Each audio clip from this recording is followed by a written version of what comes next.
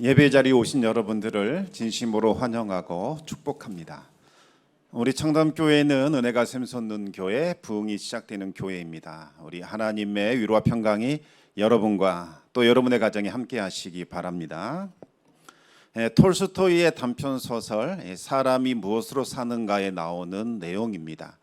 하나님께서 천사 미가엘에게 병들어 죽어가는 한 여인의 영혼을 데려오라고 명령을 하셨습니다. 천사 미가엘은 하나님의 명령을 받고 그곳을 방문했는데 깜짝 놀랐습니다. 그 여인은 병들어 죽어가고 있었고 두 쌍둥이 딸이 꼼지락거리며 어미의 젖을 빨기에도 부족한 모습으로 누워 있었습니다. 천사 미가엘을 본 여인 역시 깜짝 놀랐습니다. 그러면서 흐느껴 울기 시작을 합니다. 제 남편은 며칠 전 산에서 나무를 하다가 나무에 깔려 죽었습니다. 저에게는 부모 형제도 없고 일가 친척도 없습니다. 만약 저를 데려가신다면 이 아이들은 살 수 없을 겁니다. 저를 데려가지 마시고 이 아이를 돌보게 해주십시오. 그렇게 울었습니다. 그 모습을 본 천사 미가엘은 어찌할 바를 알지 못했습니다. 결국 그 여인의 영혼을 데려오지 못하고 빈손으로 하나님께 올라갔습니다. 그러자 하나님께서 다시 그 여인의 영혼을 데려오라고 말씀하시면서 세 가지 질문에 대한 답을 네가 찾으면 다시 하늘에 올라올 수 있을 것이라고 말씀하셨습니다. 이 세 가지 질문은 이와 같습니다. 첫 번째는 사람의 마음에는 무엇이 들어있는가? 두 번째 질문은 사람에게 허락되지 않는 것, 그것이 무엇인가? 그리고 세 번째는 사람은 무엇으로 사는가? 여기에 대한 해답을 찾으라는 겁니다. 미가엘은 다시 세상으로 내려가서 여인의 영혼을 거두었지만 하나님의 형벌을 받아 추운 겨울날 벌거벗은 채로 두 날개를 잃고 들판에 버려지게 되었습니다. 미가엘은 인간이 된 후에야 추위가 무엇인지, 고통이 무엇인지, 배고픔이 무엇인지를 알게 되었습니다.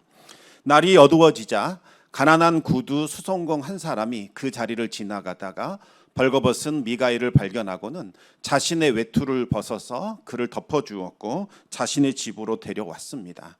그 가난한 구두 수송공 부부는 당장 내일 아이들을 먹일 빵도 없었지만 이 미가엘을 마지막으로 저녁을 차려주게 됩니다.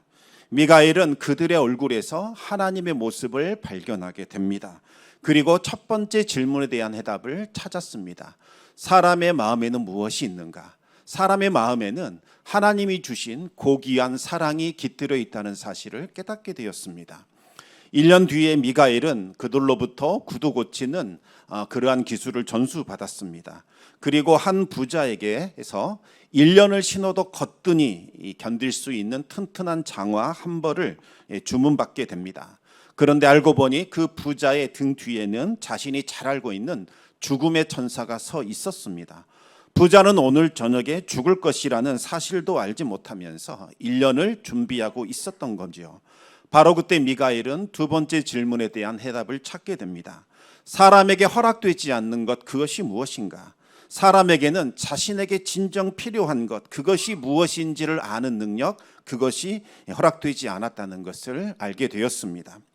미가엘이 세상에 온 지 6년째 되었을 때 한 부인이 쌍둥이 소녀를 데리고 왔습니다.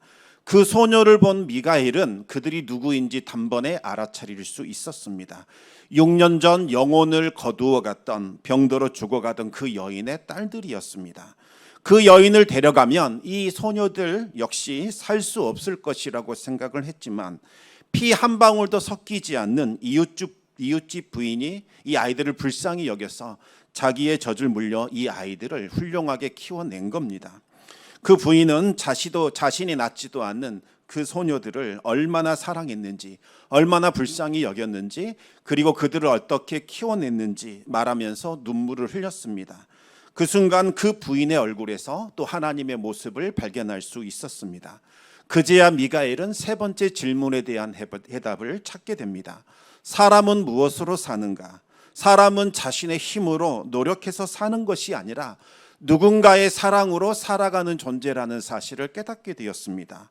벌거벗은 미가엘이 살 수 있었던 것, 그리고 부모를 잃은 쌍둥이 소녀가 살 수 있었던 것도 누군가의 사랑이 있었기 때문이었습니다.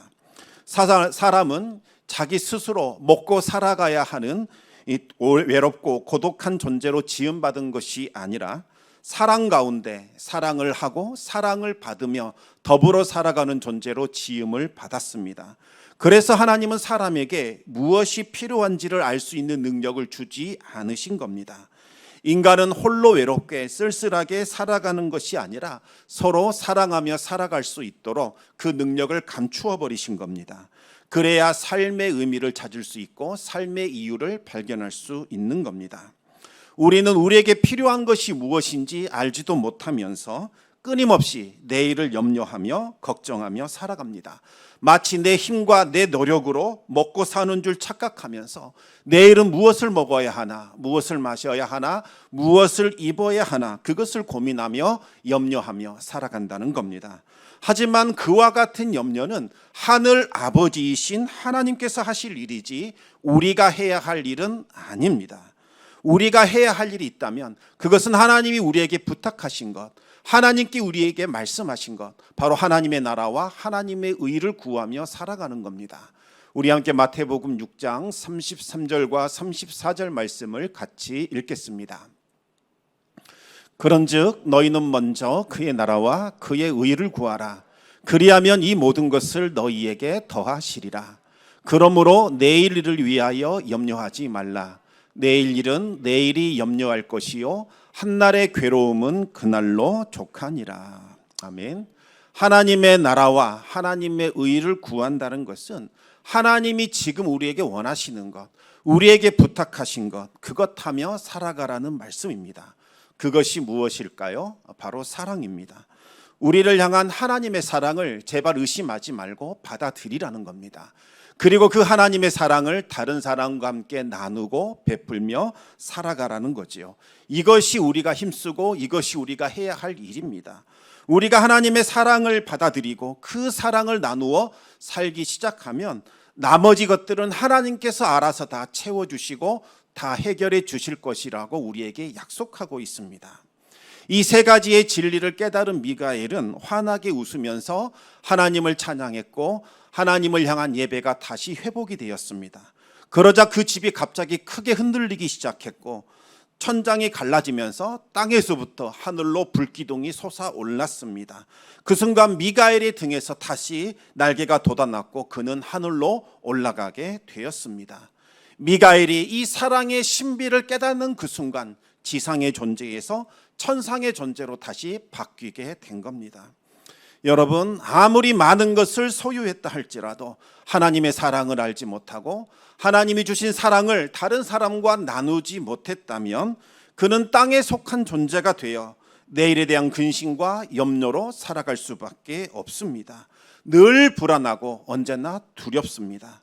반면에 많은 것을 소유하지 못했고 제대로 누려보지 못했다 할지라도 매일의 삶 속에서 하나님의 사랑을 경험하고 하나님이 주신 사랑을 다른 사람과 나누는 삶을 살아간다면 그는 하늘에 속한 자가 되어 하늘에서 내려오는 풍성한 은혜와 평안과 기쁨을 맛보게 됩니다. 땅에서 벗어나 하늘을 날아가는 존재로 살아갈 수 있게 되는 겁니다. 이번 주 토요일은 우리 민족의 큰 명절인 추석입니다. 추석은 풍성함의 상징이라고 할 수 있습니다. 여러분, 언제 우리가 풍성함을 느낄 수 있을까요? 다른 사람보다 많은 것을 소유하고 많은 여행도 다녀보고 많은 맛있는 거 먹을 때 와, 풍성하다, 이와 같은 마음을 느낄까요? 그렇지 않습니다. 서로 사랑하고 나누고 베풀 때에 우리 마음이 충만해지면서 정말 하늘에 속한 풍성함이 차고 넘치는 것을 경험할 수 있게 되는 겁니다.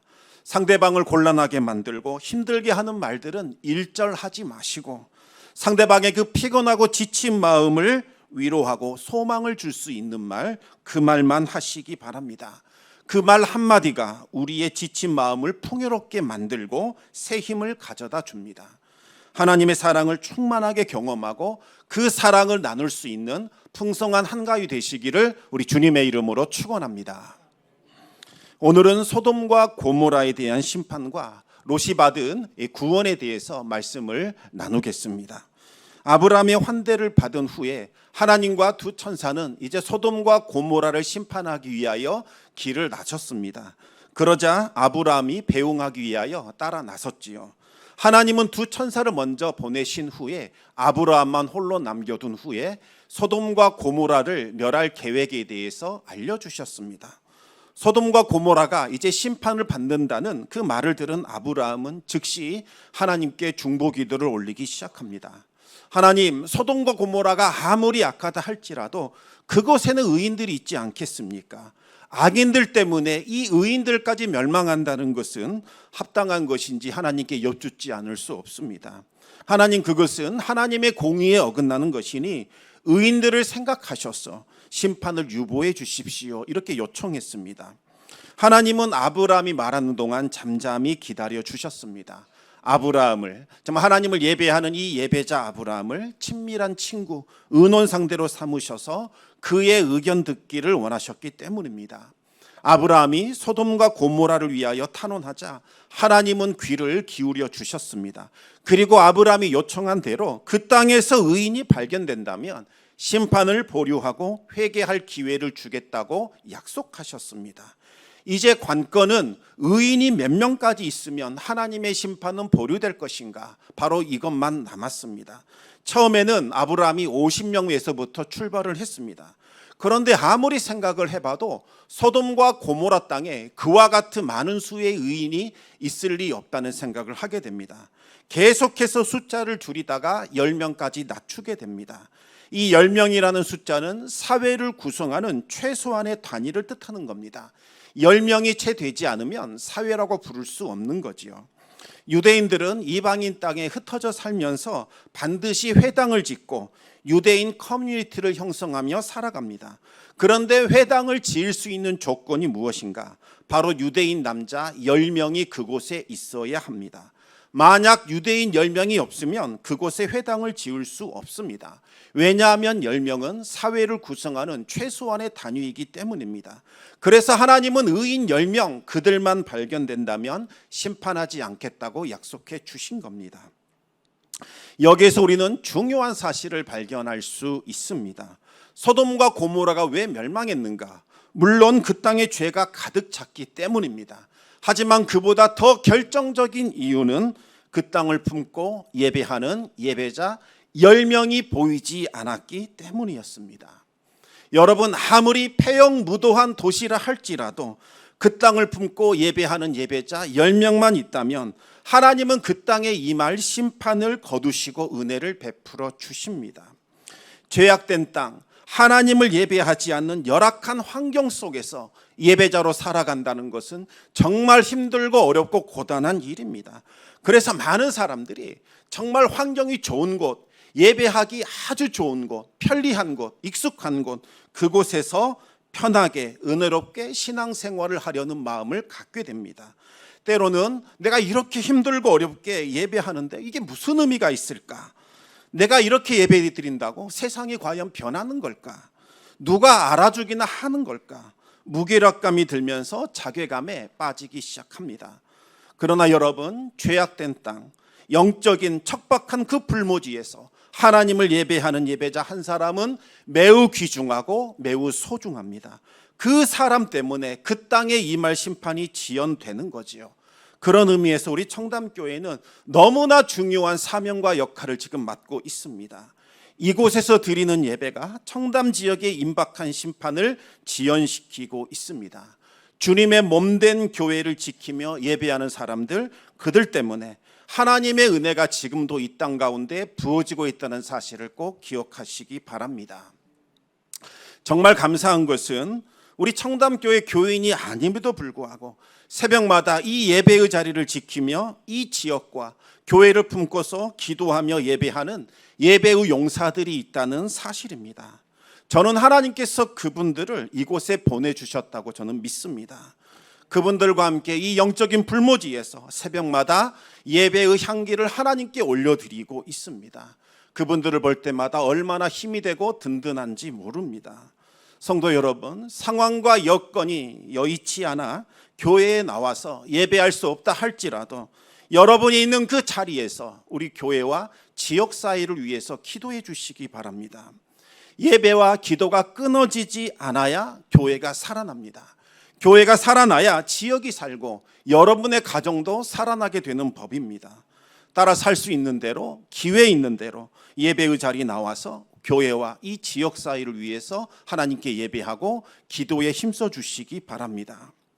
두 천사는 이 소돔과 고모라를 심판하기 전에 얼마나 이 땅이 타락했는지, 과연 이곳에는 의인이 있는지 그것을 살피고자 나그네의 모습으로 소돔을 방문하게 됩니다. 롯은 성문에 앉아 있다가 나그네를 보자마자 즉시 자리에 일어나 땅에 엎드려 절하면서 자신의 집에 들어와서 묵어달라고 요청했습니다. 롯이 이 성문에 앉아 있다는 것은 여러 가지 사실을 알려줍니다. 당시 이 성문은 사람들이 모여드는 곳으로 아주 중요한 곳이었습니다. 성문에는 돌로 만든 의자들이 여러 개 있었는데 이 성읍의 지도자들이 이 자리에 앉아서 재판을 하기도 하고 계약을 하는 증인이 되기도 하고 또 여러 가지 중요한 사항을 논의하고 결정하고 그것을 사람들에게 알리기도 했습니다. 그런데 롯이 이 성문에 앉아 있다는 의미는 이제 롯이 소돔을 이끌어가는 지도자 중에 한 사람으로 높임을 받았다는 것을 의미합니다. 어떻게 타지에서 들어온 롯이 소돔의 지도자가 될 수 있었을까요? 롯은 많은 돈을 가지고 소돔에 들어왔습니다. 그런데 이 소돔은 철저히 돈에 의해서 돈으로 움직이는 그와 같은 사회였습니다. 돈이 많으면 저절로 명예가 주어집니다. 그래서 롯은 소돔의 지도자로 높임을 받으면서 재판에도 참여하고 중요한 마을의 상황을 결정하는 그와 같은 일에도 참여할 수 있었습니다. 하지만 롯은 그곳에서 선한 영향력을 행사하며 살아가지는 못했습니다. 여러분, 이 소돔에서 무슨 정당한 재판이 가능하겠습니까? 돈으로 움직이는 도시에 무슨 공의가 있고 무슨 정의가 있겠습니까? 돈만 있으면 못하는 일이 없었고 돈만 있으면 모든 죄악과 불법과 거짓도 다 덮을 수 있는 도시였습니다. 롯은 그저 허수아비에 불과했던 거지요. 베드로후서 2장 7절과 8절 말씀 우리 같이 한번 읽어보겠습니다. 무법한 자들의 음란한 행실로 말미암아 고통당하는 의로운 롯을 건지셨으니 이는 의인이 그들 중에 거하여 날마다 저 불법한 행실을 보고 들으므로 그 의로운 심령이 상함이라. 아멘. 롯은 그 성문에 앉아서 재판장 노릇을 했지만 허울뿐이었습니다. 정의와 공의의 판결은 번번이 무시당했습니다. 롯의 의로운 심령은 상하게 되었고 큰 고통을 받았습니다. 그러면서도 롯은 정작 이 소돔을 떠나지 못하는 우유부단하고 이중적인 모습으로 살아가고 있었던 겁니다. 롯이 나그네로 변장한 천사들을 보자마자 영접했던 것은 과거 아브라함과 함께 살면서 나그네를 영접했던 그 습관이 몸에 남아 있었기 때문입니다. 그와 동시에 이 소돔이 너무나 타락했기 때문에 행여 그들이 소돔의 악한 무리들에게 희생당할까 봐 그것이 염려되었던 거지요. 실제로 소돔은 너무나 타락했기 때문에 충분히 그럴 만한 일들이 일어날 수 있었습니다. 그래서 롯은 그들이 해를 당하기 전에 얼른 집에로 데려가고자 했던 겁니다. 그런데 이 천사들이 롯의 초대를 거절하게 됩니다. 그들은 소돔의 죄악된 모습을 확인하러 왔기 때문에 광장에서 밤을 보내면서 소돔의 모습을 직접 보겠다는 것입니다. 일반적으로 이 마을의 광장은 숙박 장소를 찾지 못한 나그네들이 밤을 지새던 곳이기도 했습니다. 하지만 소돔의 밤거리는 너무나 위험했기 때문에 롯은 제발 집으로 들어오라고 간청을 했습니다. 그들은 마지못해 롯의 집으로 들어가서 롯이 차려주는, 롯이 베푸는 그 식탁의 자리에 앉아 함께 음식을 나누었습니다. 그런데 이 나그네로 변장한 천사들의 용모가 남달랐던 것 같습니다. 잘생긴 두 사람이 롯의 집에 들어갔다는 소문이 삽시간에 온 소돔에 퍼지게 됩니다. 그러자 늙은이나 젊은이나 할 것 없이 모든 남자들이 롯의 집에 몰려들었습니다. 근처에 사는 사람뿐만 아니라 저 멀리 도시 끝에 살고 있는 사람들까지도 몰려들어 롯의 집을 완전히 에워싸기 시작했습니다. 왜 그들은 몰려들었을까요? 오늘 본문은 나그네들과 상관하려고 하니 당장 밖으로 끌어내라. 이것이 그들의 외침이었습니다. 상관한다는 말은 동성애를 하겠다는 의미입니다. 롯이 우려했던 일, 그 일이 실제로 일어나게 된 겁니다. 여러분, 동성애는 인권의 문제가 아니라 죄악의 문제입니다. 동성애는 하나님이 철저히 금지시키는 죄악 중에 죄악입니다. 사회가 타락할 대로 타락해질 때에 그때 일어나는 일이 동성애를 공개적으로 드러내고 합법화하려는 움직임들이 나타나게 되는 거죠. 지금 우리나라도 이 동성애를 인권의 문제라고 하면서 차별 금지라는 이름 아래에 합법화하려는 움직임이 거세게 일어나고 있습니다. 심지어 기독교 안에서도 동성애를 인정하자는 목소리가 점점 커지고 있습니다. 마지막 때가 가까워지고 있다는 징후입니다. 여러분 깨어 기도하시기 바랍니다. 롯은 나그네를 보호하기 위하여 문 밖으로 나가서 제발 이런 악행을 저지르지 말라고 간청했습니다. 그러면서 남자를 가까이 하지 않은 딸이 있으니 이 딸을 내어주겠다. 이 딸을 통해 너희의 정욕의 문제를 해결하라. 타협안을 제시했습니다. 여러분, 이게 과연 타협안이라고 할 수 있습니까? 물론 나그네를 보호하려고 이런 타협안을 내놓았겠지만 죄로서 죄를 막아보려는 이건 악한 행동, 죄악에 불과한 겁니다. 롯은 이 소돔의 죄악에 물들지 않고자 힘써 노력을 했겠지만 이미 자신도 모르는 사이에 소돔의 죄악에 노출되고 말았습니다. 스스로는 거룩하게 살고 있다고 그렇게 생각했을지 모르지만 소돔 사람을 닮아가고 있었던 겁니다.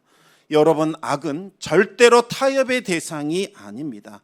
한번 타협하기 시작하면 더 큰 악이 몰려들기 때문입니다. 성도는 다른 것은 다 희생하고 양보해야 합니다. 하지만 악에 대해서는 절대로 물러서거나 양보하시면 안 되는 거죠. 롯의 말에 들은 이 소돔 사람들은 크게 분노하며 반발했습니다. 어디서 굴러들어온 주제에 감히 재판장 노릇을 하느냐 분노하기 시작합니다. 이전부터 롯은 소돔 사람들의 죄악을 지적하면서 이것은 잘못된 겁니다. 이렇게 훈계하고 타이르고 그들의 죄를 지적해줘서 고칠 수 있도록 그와 같은 권면을 해왔습니다. 하지만 그들은 번번이 롯을 무시했을 뿐만 아니라 제발 잘난 척하지 말라고 배척을 했습니다. 그랬던 그들이 이참에 롯을 죽이고 그의 집에 쳐들어가서 천사들을 범하겠다고 그렇게 마음을 먹었던 겁니다. 이 모든 광경을 지켜보던 천사들은 더 이상 희망이 없다는 사실을 알게 되었습니다. 손을 내밀어 롯을 집 안으로 끌어들이고 문을 닫아버렸습니다. 여러분, 여기서 문을 닫았다는 이 단어가 언제 나온지 아십니까? 하나님께서 노아와의 가족과 동물들이 방주에 들어갔을 때 문을 닫아버린 그 단어가 여기에 그대로 사용되고 있는 겁니다. 문을 닫았다는 의미에는 두 가지의 상반된 의미가 들어 있습니다. 첫 번째는 심판입니다. 은혜의 문이 열려 있을 때에는 죄인이라 할지라도 회개하여 하나님께 나가면 심판에서 벗어날 수 있었습니다. 하지만 구원의 문이 닫혀버리면 아무리 문을 두드리고 울고 회개한다 할지라도 더 이상 기회는 없어집니다. 이제 소돔과 고모라는 하나님의 진노를 받게 됩니다. 두 번째는 구원의 의미입니다. 천사들은 더 이상 롯을 해칠 수 없도록 문을 닫아 롯을 구원해 주었습니다. 비록 롯이 죄악에 물들어 살고 있었지만 하나님은 택하신 백성인 롯을 구원하고자 찾아오셨습니다. 롯은 소돔 사람들로부터 구원받았고 또 소돔에 임할 하나님의 극심한 심판으로부터도 구원을 받게 되었습니다.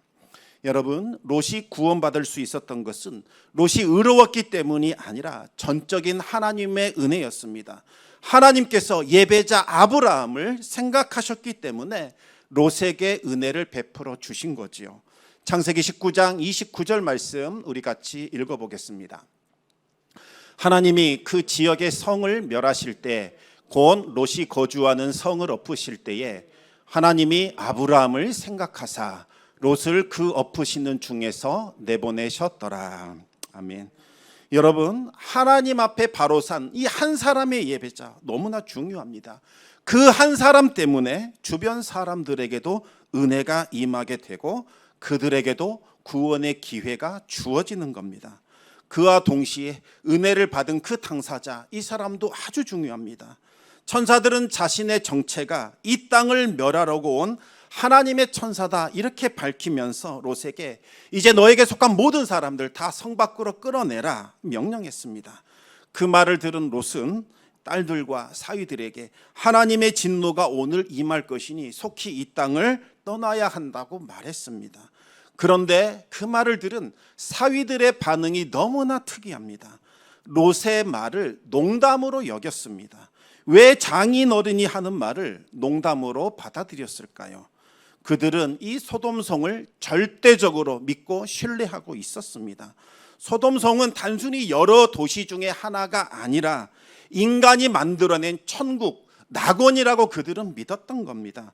다른 도시들 다 멸망할지라도 소돔은 끝까지 멸망하지 않고 남아 있을 것이라고 믿었습니다. 그래서 오늘 해가 뜨면 이 소돔이 멸망할 것이다 말하는 장인어른의 말을 진심으로 받아들이지 못했던 겁니다. 그런데 그것보다 더 중요한 것은 장인어른인 롯의 말에서 전혀 진정성이 느껴지지 않았습니다.